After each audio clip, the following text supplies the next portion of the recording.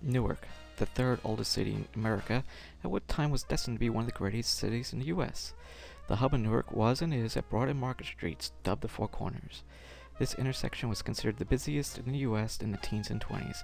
At its height, more than 550 streetcars would pass through it in a single hour. In 1916, the public service terminal was opened, which diverted some traffic away from the Four Corners area. It was 2 levels, with the lower level being Newark's first subway, albeit short. In 1831, the Morris Canal opened for business, linking Delaware and Hudson rivers across northern New Jersey. Newark was an important part of the canal, which ran right through its city center.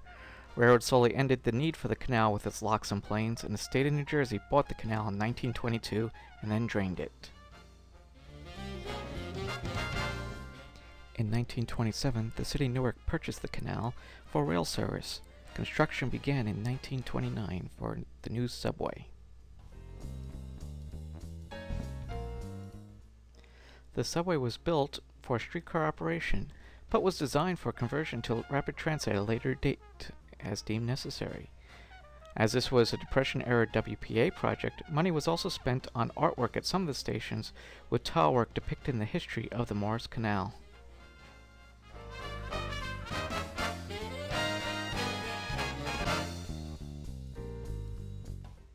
The 4.3-mile subway line starts at Penn Station, with tunnel connections to the public service terminal, ramps at Warren and Norfolk Streets, a level connection at Orange, and a ramp at Bloomfield Avenue to surface lines. The subway portion is just 1 mile long. Most of the line parallels Branch Brook Park, ending at Franklin Avenue. In 1935, the subway opened for service between Broad Street and Heller Parkway. 2 years later, the line was extended to Penn Station, and in 1940 to Franklin Avenue. However, by the 1930s, public service was slowly shutting down the streetcar lines throughout New Jersey to be replaced by buses. By 1951, the last streetcar line feeding the subway was abandoned, leaving Route Number 7, City Subway, all to itself. By 1952, public service wanted to end all streetcar service, citing the streetcars were getting too old to operate. Public service wanted to pave the subway for buses. The city of Newark said no. So public service went to Minneapolis to purchase 30 used PCCs from the Twin Cities Rapid Transit Company, and these cars soon proved popular to the riders.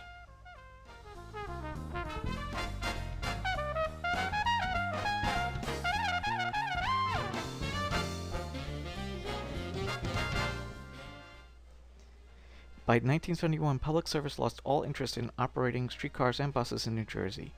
Thus, the Transport of New Jersey was created to take over operations. In 1980, New Jersey Transit took over operation of the system and continues to operate it today. Under New Jersey Transit, the Newark City Subway underwent amazing metamorphosis. The entire infrastructure from the tracks, the overhead, and stations were all rebuilt from the ground up. PCCs were also converted from pole to pantograph operation in preparation for future light rail needs.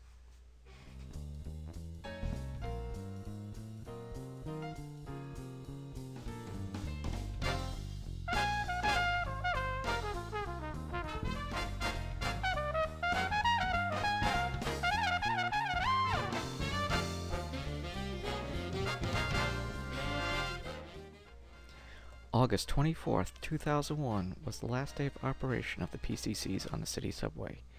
New Jersey Transit went all out to celebrate these cars that have served Newark for 49 years, and the cars themselves being up to 55 years old. Rail fans, public officials, the media, and the general public all came out to say goodbye and take their last rides on these venerable relics.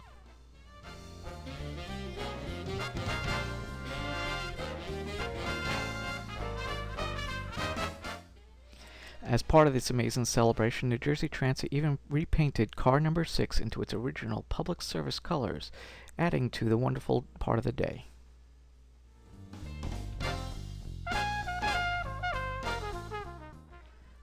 Let's watch PCC squeal around the Franklin Avenue Loop for the final time.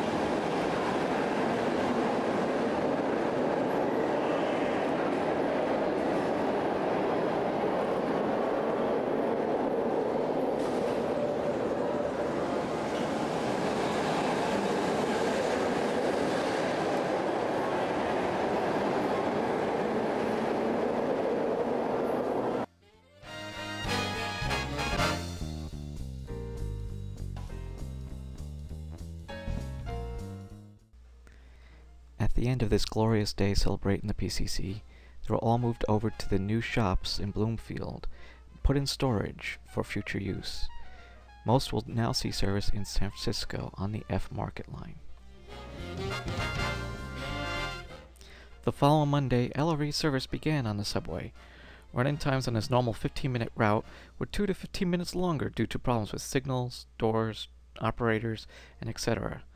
Frequencies as a whole were reduced by one-half, as the cars are considered twice as big as PCCs. However, New Jersey Transit figured out that frequencies are important, and they are near the PCC frequencies now. Running times continue to be 1 to 2 minutes longer due to LRV doors being interlocked versus the old PCC's bifold doors. In 2002, the city subway was extended approximately 1 mile north with 2 stops at Silver Lake and Grove Street in Bloomfield.